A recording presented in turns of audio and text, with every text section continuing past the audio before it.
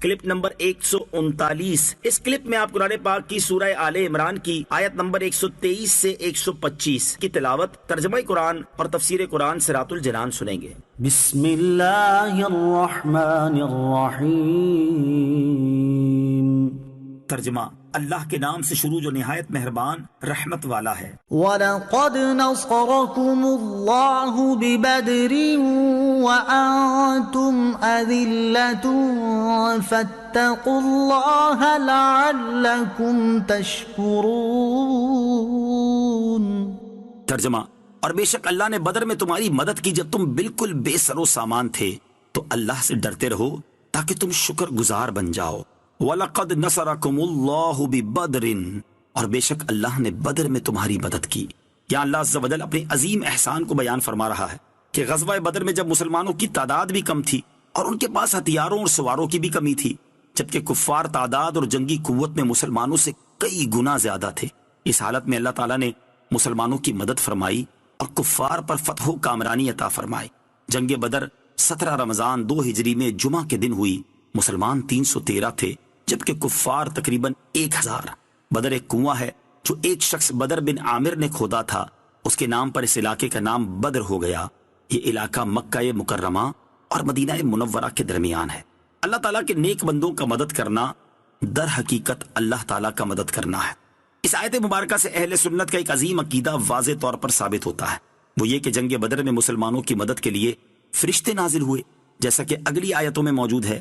جنگ میں فرشتے لڑے، انہوں نے مسلمانوں کی مدد کی، لیکن ان کی مدد کو اللہ تعالیٰ فرما رہا ہے کہ بدر میں اللہ تعالیٰ نے تمہاری مدد فرمائی۔ اس سے معلوم ہوا کہ اللہ عز و جل کے پیارے جب اللہ تعالیٰ کی اجازت سے مدد فرماتے ہیں تو وہ اللہ ہی کی مدد ہوتی ہے، لہٰذا انبیاء اور اولیاء جو مدد فرمائیں وہ اللہ تعالیٰ ہی کی مدد قرار پائے گی اور اسے کفر و شرک نہیں کہا جائے گا۔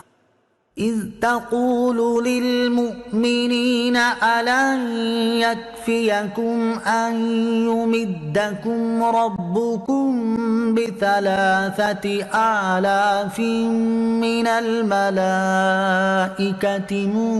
منزلين بلى إن تصبروا وتتقوا ويأتوكم من فورهم هذا يمددكم ربكم ب5,000 من الملائكة مسومين۔ ترجمہ، یاد کرو اے حبیب جب تم مسلمانوں سے فرما رہے تھے کہ کیا تمہیں یہ کافی نہیں کہ تمہارا رب 3000 فرشتے اتار کر تمہاری مدد کرے؟ ہاں کیوں نہیں، اگر تم صبر کرو اور تقوی اختیار کرو اور کافر اسی وقت تمہارے اوپر حملہ آور ہو جائیں تو تمہارا رب 5000 نشان والے فرشتوں کے ساتھ تمہاری مدد فرمائے گا۔ اذ تقول للمؤمنین، جب تم مسلمانوں سے فرما رہے تھے۔ شہنشاہ مدینہ صلی اللہ علیہ وسلم نے صحابہ کرام علیہم الرضوان کو حوصلہ دیتے ہوئے اور ان کی ہمت بڑھاتے ہوئے ارشاد فرمایا کہ تم اپنی ہمت بلند رکھو، کیا تمہیں یہ کافی نہیں ہے کہ اللہ تعالیٰ 3000 فرشتے اتار کر تمہاری مدد فرمائے؟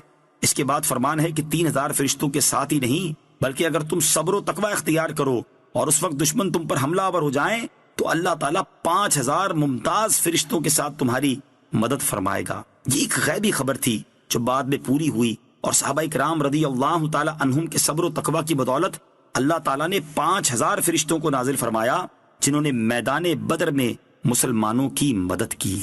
واقعہ بدر سے معلوم ہونے والے مسائل۔ اس آیت اور واقعے سے 3 باتیں معلوم ہوئیں۔ نمبر 1، بدر میں شرکت کرنے والے تمام مہاجرین و انصار صابر اور متقی ہیں، کیونکہ اللہ تعالیٰ نے اپنی مدد اتارنے کے لیے صبر اور تقوی کی شرط رکھی تھی، اور چونکہ فرشتے بعد میں نازل ہوئے تو اس سے معلوم ہوا کہ شرط پائی گئی تھی، یعنی صحابہ کرام رضی اللہ تعالیٰ عنہم نے صبر و تقوی کا مظاہرہ کیا، لہٰذا صحابہ کرام رضی اللہ تعالیٰ عنہم کے صبر اور تقوی پر قرآن گواہ ہے۔ نمبر 2، بدر میں تشریف لانے والے فرشتے دوسرے فرشتوں سے افضل ہیں کہ رب عز و جل نے ان پر خاص نشان لگا دیے تھے جن سے وہ دوسروں سے ممتاز ہو گئے، اور احادیث میں اس کی صراحت بھی موجود ہے کہ بدر میں اترنے والے فرشتے دوسرے فرشتوں سے افضل ہیں۔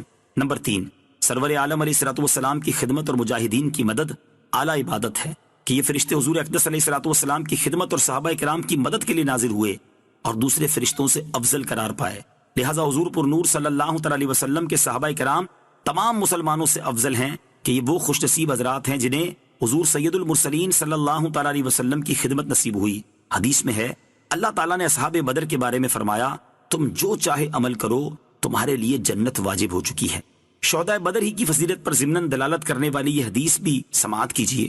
حضرت انس رضی اللہ تعالیٰ عنہ فرماتے ہیں غزوہ بدر کے دن حضرت حارثہ رضی اللہ تعالیٰ عنہ شہید ہو گئے تو ان کی والدہ نے نبی پاک علیہ الصلوۃ والسلام کی بارگاہ میں حاضر ہو کر عرض کی یا رسول اللہ صلی اللہ تعالیٰ علیہ وسلم آپ کو بخوبی معلوم ہے کہ مجھے حارثہ کتنا پیارا تھا، اگر وہ جنت میں ہے تو میں صبر کروں اور ثواب کی امید رکھوں، اور اگر خدا نہ خواستہ معاملہ برعکس ہے تو آپ دیکھیں گے کہ میں کیا کرتی ہوں۔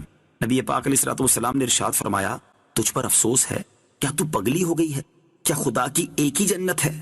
اس کی جنتیں تو بہت ساری ہیں، اور بے شک حارثہ رضی اللہ تعالی عنہ جنت الفردوس میں ہے۔